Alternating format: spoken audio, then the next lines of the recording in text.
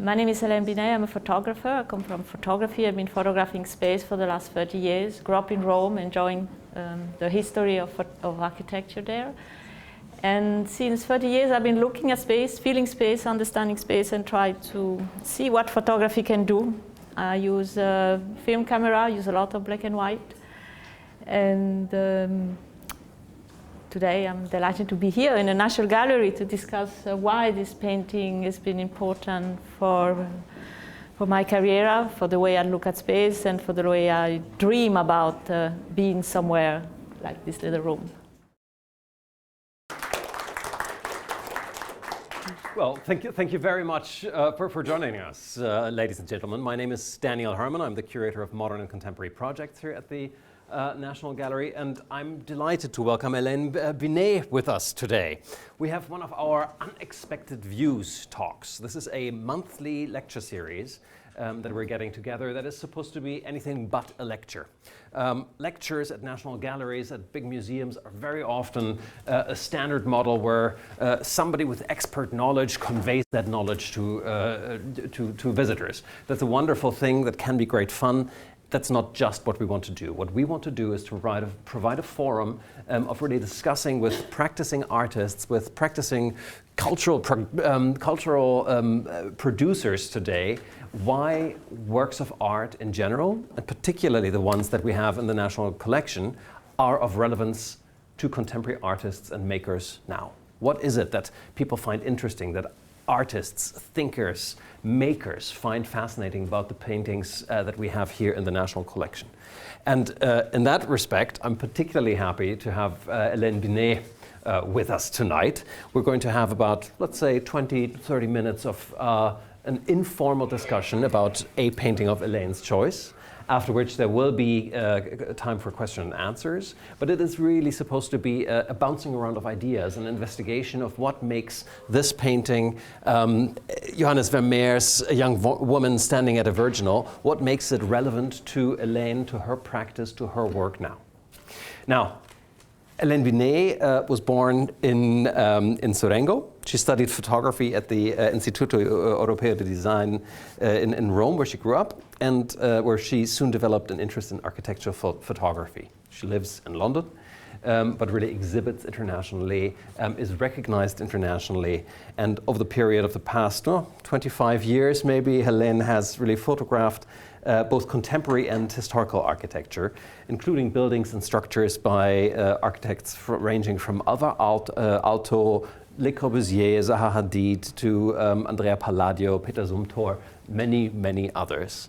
And she has really developed an aesthetic, an approach, and an eye for space, for light, for structure and material that we felt was exceptionally sensitive to the way we look at space and at paintings, and that is something that we wanted to invite her to talk to us about.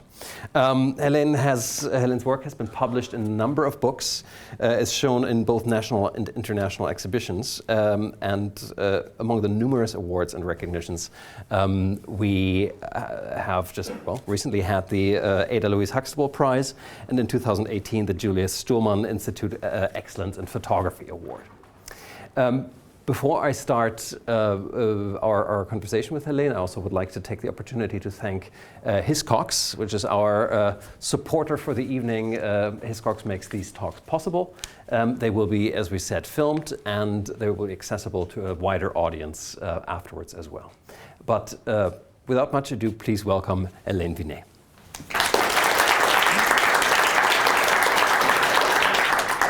And my first question, Hélène, to you would perhaps be to just very quickly describe your practice as an architectural photographer. How did you come to photography? How did you come up to wanting to work with photography and architecture? Photography came a little bit by chance. I wanted to do something visual, but I wanted to have a professional. I didn't want to go to a School of Art. I thought it was too open. So I was in Rome. That was the school was there. I tried and I was happy. So it was very, very early, a fantastic occasion for me to start to photograph. Architecture, didn't come immediately. I photographed in a theater before. I was a stage photographer at the Opera of Virginia, and then I started to visit London and visit my husband, that at the time was a young architect here, and visit the Architecture Association, which is this wonderful school that created so many talented architects and still has full of young students. Late 80s, lots of ideas, lots of freedom, lots of research. It was a fantastic time to be here and to start to look at what is architecture, what is space, what is photography. It was really not about producing glorious image to glorify a practice. It was about investigation. And I think I was very lucky to be at that time. Do you remember the first images that you took, the first moments when you felt, oh, wait a second, now I have developed an approach to architecture that tells me something new about what I've seen? I do remember the first architectural photo, and I think it's one of my best, and that's something amazing, because sometimes in the beginning we think, you know, and I always tell young students, really trust your first instinct. Maybe technically it's not perfect, maybe it takes a long time, but you have some kind of gut feeling of things that matters for you. And it was a building by John Herrick in Berlin, and I felt this is amazing. There's so much that I can investigate it with photographing architecture. There's so much that can be said. There's so much slow and meditative process. It's about sitting in front of something, looking at the light, looking at the composition, looking how to create a world in one image, and that's what I wanted to do. A lot of architectural photography is very different from portraiture, from landscape photography. It's in a sense a genre in itself. How did you think about architectural photography over the years while you developed it? Yeah, maybe I don't like so much the term architectural photography because it feels a bit like the profession, and it feels a bit like, you know, photographing a nice product to sell it. This is not what I'm interested in. And maybe we have to reinvent it a bit and also uplift what is architectural photography, which is, it is one of the big genres in photography. It has an incredible history, an incredible complex theory behind, and research, and people that done work, which is not what we see in magazine. I was very influenced by the work of Judith Turner, Lucien Hervé, this kind of very delicate, abstract, black and white images. And I felt that there was really something to be investigated that was not yet there completely. That's why I wanted to go. And there's a sense of also impossibility. I think, you know, space and architecture, photography and space don't always work. I mean, we're talking about a flat, very flat, limited, small part of the world. So there's a sense of pushing always myself to reach something that can be never completely reached because space is so complex. And you have to make a lot of choices as well, because in a way you can never convey the experience of being in a space. You reduce it to a visual representation, and you have to make choices how you apply that reduction. Exactly. What is your process as an artist when you see a building, a structure? Do you go about that reduction process the same time every time? Does it change with every work? There's a lot about looking at the light, how the light is forming the space, touching the space, enriching the space, changing the space. So you need time over a day or two just to understand. Sometimes I have a feeling it's a little bit like a sculpture. You have this total, and then you take out, and slowly get to the essential. It's rare that you arrive somewhere and you have illumination and these two lines, because in the end I want to have two lines that say everything. That would be the beautiful result. But you don't, even after many years, you don't do it immediately. So it's a bit about kind of taking away what is. When you make photographs like that, do you feel it's a solitary process, or is it one that engages in dialogue with colleagues, with family, with friends, or is it always in the moment, you and the place? It is me and the place a lot, I like to dialogue with my assistant here today to talk about the old young architect, and they can bring their own expertise on architecture, because I'm not an architect. This is really clear, I'm a photographer. And I want to glorify photography, not architecture. That is where it's very important for me to say I'm really about photography more than, I mean, I love architecture, but it is a photographic process. But and it is a solitary process. But of course, any of this process, when I'm in front of a building, I'm bring with me all the experience that I have, where I've been talking with architecture, I've been seeing things in my childhood. So you are alone, but you are not alone. You bring with you a lot of... It's a dialogue with history as well, to a certain degree. Yeah. And of course, in this dialogue with history and in the way that we are used to look at things or have learned to look at things, that's also very much what we do in an art museum. That's very much about looking at traditions of looking, histories of looking. And now it becomes really interesting to us that you have chosen for a painting to talk about today, Johannes Vermeer's Young Woman Standing at a Virginal, which is dated around 1670, 1672. Can you perhaps tell us how you first encountered this work, and also what drew you to the painting?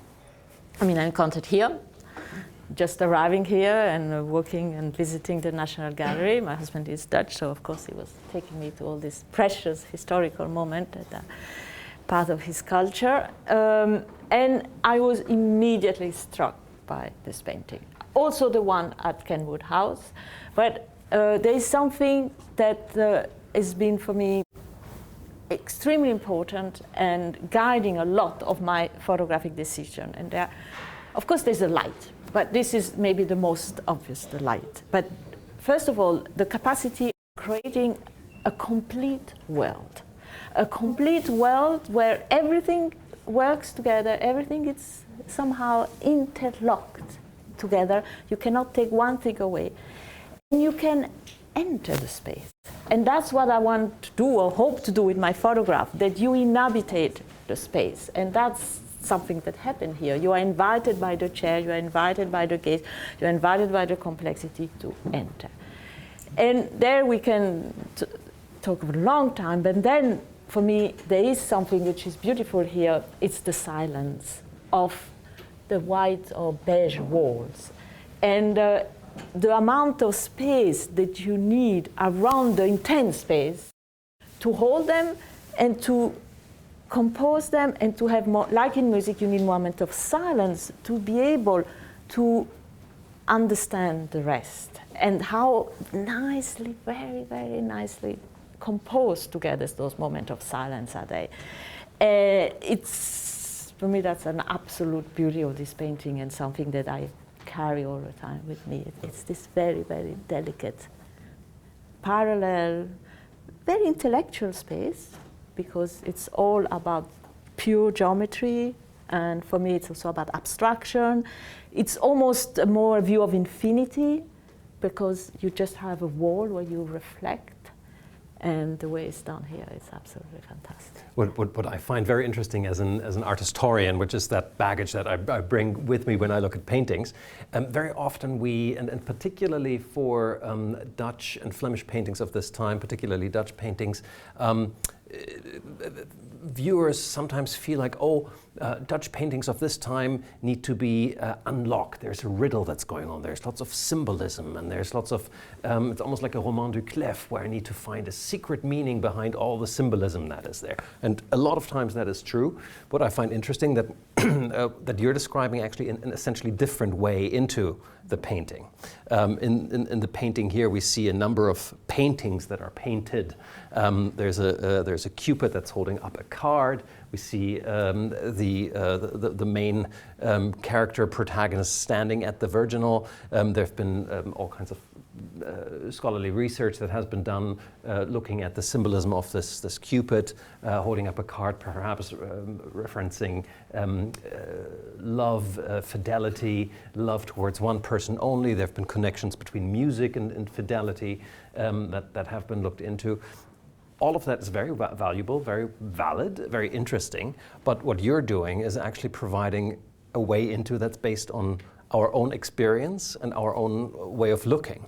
Can you maybe walk us through how you as a photographer approach a painting like this, and how you guide your eye and your ideas when you're seeing something like this? Where to start? First of all, yes, there is the parallelism of the plan that is in front of us. So it's completely parallel and things are very gently composed. And you have something to close the image with the chair, with a shadow which is not exactly clear if it's her shadows or not. Maybe it's something else, so maybe there's something here. So maybe he's also making an allusion of the space behind, which is very special.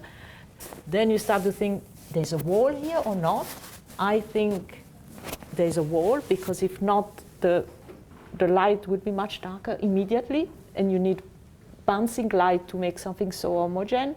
If I would ask my assistant to measure this wall, and here, it's almost the same intensity, which will not happen if it was a big room. So you start to see those things. But then there's three lines that they make so much joy for me. It's those little horizontal lines that suddenly they're so delicate. And yesterday I was trying to redraw on a piece of paper only those lines. They are so beautiful, they're completely contemporary. And they just allowed you to just a little bit go into the world. And so I must say, I don't look so much at the angel and the cart and the cloud. They are there. For me, it was more looking at the color of the blue, how the variation is a bit darker and then come here. But I even didn't notice the card. It's a bit embarrassing, but I don't remember the card. It's not what I think it's important that artworks give us different ways into the meaning of a painting, and what you're describing right now is not merely a symbolic way of representations, but it's actually a spatial way of unlocking the meaning of a painting. It's about the creation of depth, and at a certain point, if I understand you correctly, it's also the role of the beholder, the role of the viewer. What is our position towards this lady in the painting? Yes. And I think in a painting, by creating this world, by the way he painted, the way there was almost no edge, no line, you almost have an extreme sense of meditation and connection with the old world that you can get in very high level of meditation, where there's just one thing. And I think that's what the painting wants you to do. It's to enter a very soft, very composed, very gentle, very world of harmony, and where everything, it's one, and you become one. But also I believe that when you have all this emotion, you need them to somehow to flourish somewhere. And that's why you need the gentle wall that are not full. I can't do the same if it's all painted and curtained. I need that space to let my emotion go into the painting. Do you feel, in terms of the composition, in terms of the way that the light is structured and the artist creates depth, that there are particular moments of tension? Or is it all homogeneous in terms of atmosphere and spatial hierarchy? Or do you feel, as a photographer, there's a clear direction of space that you would assume in a painting like this? I mean, it is very gently done, because his light is not a kind of beam light where you have the black and then you have the white, and it's extremely, it is one source of light and very important and very lively, but it is not a harsh one. So the harsh one would really give you, the Caravaggio one would give you one center, and I don't think it is as done with the light, but I think the cloth, the light on the cloth makes a difference with the rest. And then, of course, the light starts to glow, starts to irradiate, it starts to be very different because it's a different surface. And then the tension goes very much into the cloth. And we notice that very much in the drapery and the cloth of the dress of the sitter, in contrast to the almost velvety surface of the chair, for instance. So I think in that case, it's not the light; it's the surfaces that the light touch. So I mean, I don't know if you know, but there's a very beautiful sentence from, I think it's Louis Kahn, said, the sun never knew how beautiful it was before he shined on a stone. So basically, you will never know the quality of a light before it's on something. And you will never, he never knew how beautiful he was, so this before he shone on the stone, and you don't know the stone before you know the light. So this relationship, it's endless. You need that cloth to understand the light. And the light need the cloth to show that it's the light. So it's, you mentioned in your description of the painting and your interests in looking at it, the element of time. That in order to, as a photographer, when you're looking at the role of light, at the capacity of the light in a composition and the way you want to work with it, that it requires time to learn about the space and the light and its relation. Looking at a composition like this, and of course knowing that it is painting and not photography, how do you feel about the element of time in a painting like that? You already mentioned silence. I think it's very suspended because maybe it's also not only the light and the composition, but it's her gaze that is just like, it's just suspended magic moment. So it could be very long, it can be very short, but it has a sense of for me there's no narrative, really. There's not a complete narrative, so you don't have a succession of events. You don't think it's going to change. You don't think it's just like the second that happened in that moment. But it is strange because it's a bit of contradiction, but it is also endless somehow. So you don't think that there's a depiction of a sunset or something that is unique. It can go forever, maybe. So, yeah. I find it really interesting how Vermeer in this place, of course, includes a figure. There's a human figure that is both a counterpart and a figure of association for our own emotions. You work with spaces, with structures. Have you worked with, or do you work with portraiture or with figures at any point in your photography? I haven't done any portraiture like I do photography. I don't include people in space because I want you to enter the space, and if there isn't any person, you might enter easily. With photography, it's so realist, so it's different than a painting. And if I want you to enter the space more than describing that the space can have people, because anyway, the space is for people. So that's.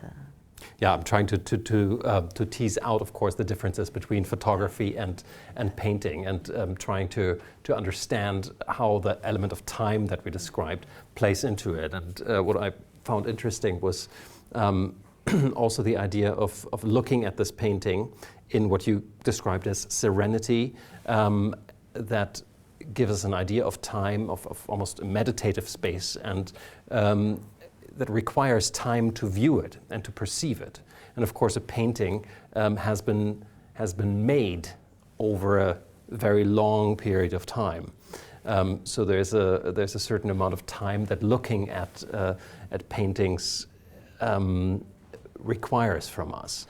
That it is different with a certain kind of photography these days, the kind of snapshot photography that we see in museums and everywhere else. But at the same time, the photography that you do also requires a lot of time, a lot of planning, and a lot of meditation in itself. Yes, I mean, one aspect takes time because you have to make the decision and you walk around and you feel the space. But the moment of existence is one fraction of a second. Yes. So that's quite something, that the moment of creating the image, to say now the foredge, I'm making a picture, it's a fraction of a second. So, but sometimes it's also a few minutes, but it's quite of a complex relation with the time, because existence is just very, very quick. And then after, of course, I process, I print, so there's the other stage of the making which are important. But I cannot imagine how it is to sit in the front of the same situation for maybe months and maybe you start to feel different about this color or this light or these details, and maybe you go over because you felt that it's not what you. So it's something I find it quite amazing. So to really look at something for a very long time with the idea that you're going to work with what you see. So when you think about Vermeer, and you've seen, of course, the painting over the course of several years now, does the way that this picture operates, or that several other paintings that play a role in your life, does it influence your work or your thinking about your own work in particular ways?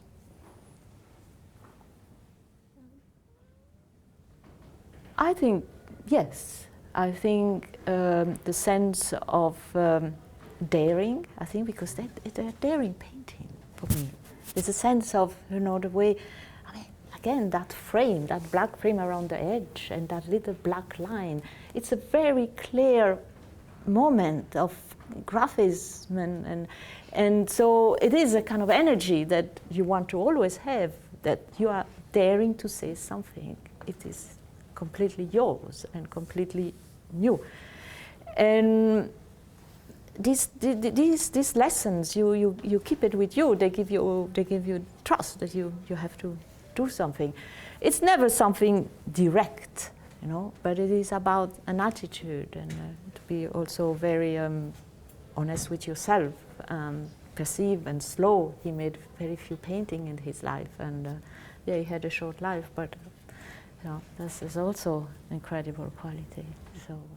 If you had a chance to meet Mr. Vermeer now, what building, what built environment would you like to look together that's at a with very him? beautiful question.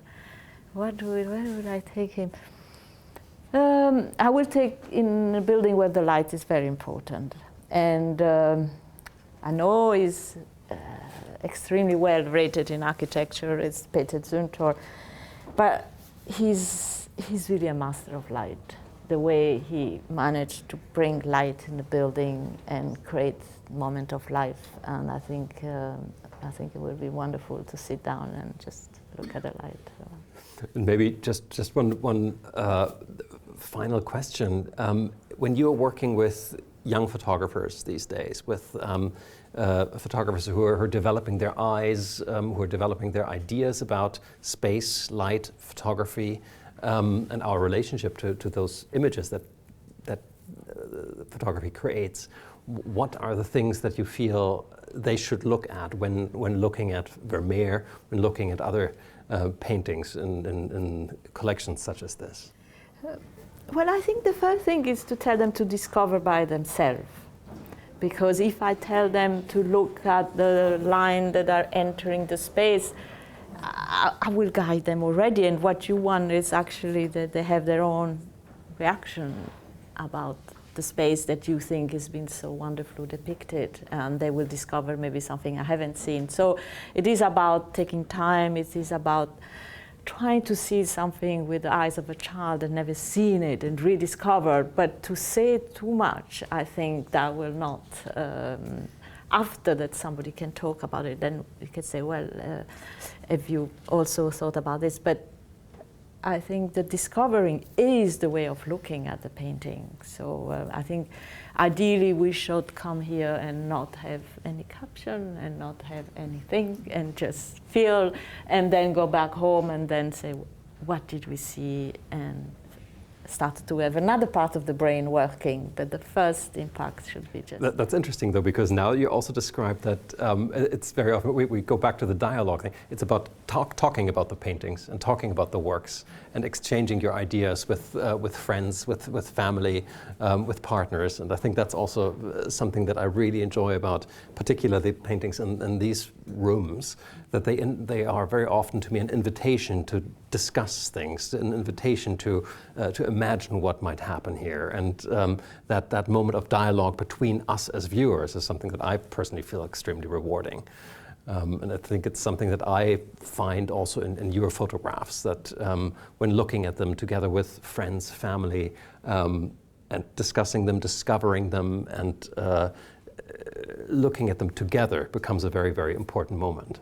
Yeah, I think so too. So it's, of course, it's wonderful to hear about a specialist that comes with incredible knowledge and have been doing all sorts of analysis. But trust, I think, to trust your own feeling in front of a painting and to be able to share it, that's what it should be. Yeah. Hélène Binet, thank you very much. Thank you.